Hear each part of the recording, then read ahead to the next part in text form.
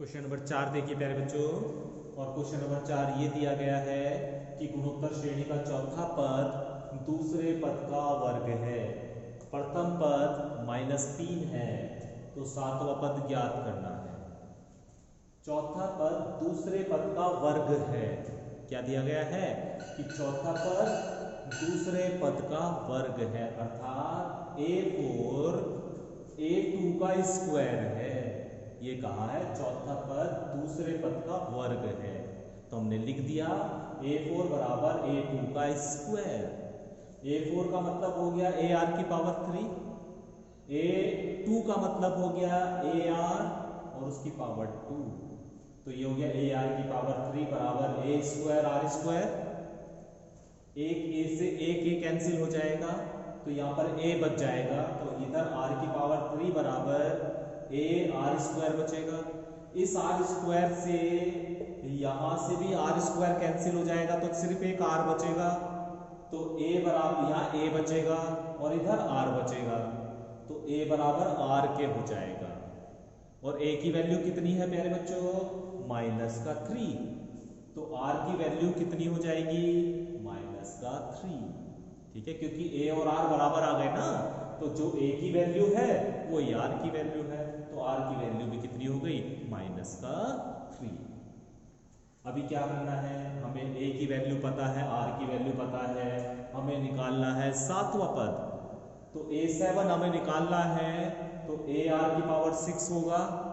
A की जगह -3 रख दीजिए, R की जगह भी -3 रख दीजिए और उसकी पावर 6 कर दीजिए।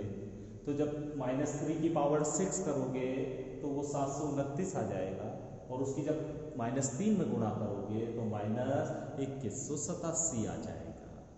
ठीक है, क्वेश्चन नंबर नेक्स्ट है। नेक्स्ट में आपको एक श्रेणी दी गई है, गुणोत्तर श्रेणी, और ये कहा है कि इसमें कितने पद हैं, n का मान हमें ज्ञात करना है। कितने पद हैं? पहला पद हमें पता ही है, R की वैल्यू कैसे निकालते हैं ये भी आपको पता है। दूसरे पद को पहले पद से डिवाइड कर दो, तो दूसरे पद को पहले से डिवाइड कर दो, तो 2 से 2 कैंसिल, तो √2 आ जाएगा। आखिरी पद कितना है हमारे पास? 128 आखिरी पद है। ठीक है, फॉर्मूला हम जानते हैं, an बराबर AR की पावर n-1। an का मतलब आखिरी पद ही तो होता है, ये पिछली आपने श्रेणी में भी पढ़ा था। तो ये कितना दिया हुआ है आपको? 128 दिया हुआ है। A की वैल्यू आपको पता है 2, R की वैल्यू अभी आपने निकाली √2 और उसकी पावर n-1। ठीक है, तो 2 को इधर लाएंगे तो 128 से भाग करेंगे, जब 2 से 128 को भाग करेंगे तो 64 आ जाएगा, और बराबर √2 n-1। 64 को 2 की घात 6 लिख सकते हैं, है ना। √ हटा दीजिए तो 2 की पावर 1/2 लग जाएगा, 2 की पावर 1/2 घात लग जाएगी, और उस पूरे की पावर है n-1।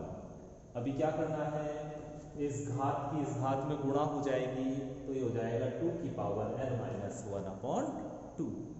अभी इधर देखो 2 की घात 6 है और इधर 2 की घात n-1/2 है।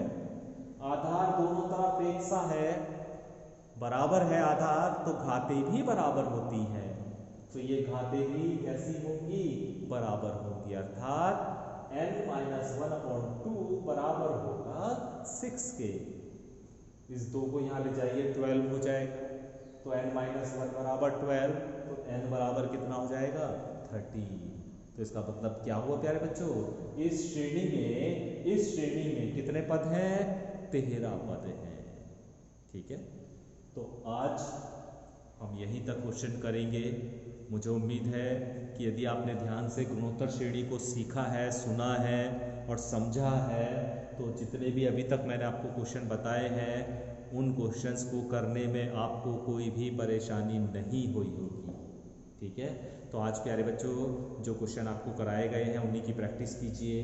5वें क्वेश्चन में और भी पार्ट दिए गए हैं, उन्हें आप खुद करने की कोशिश कीजिए। और इसके अलावा जो भी आज आपने जानकारी ली है गुणोत्तर श्रेणी से संबंधित, उसके आधार पर यदि आप कुछ क्वेश्चन खुद भी करना चाहते हैं तो खुद भी आप आगे के क्वेश्चन कर सकते हैं। ठीक है, तो कोशिश जरूर कीजिएगा। Thank you.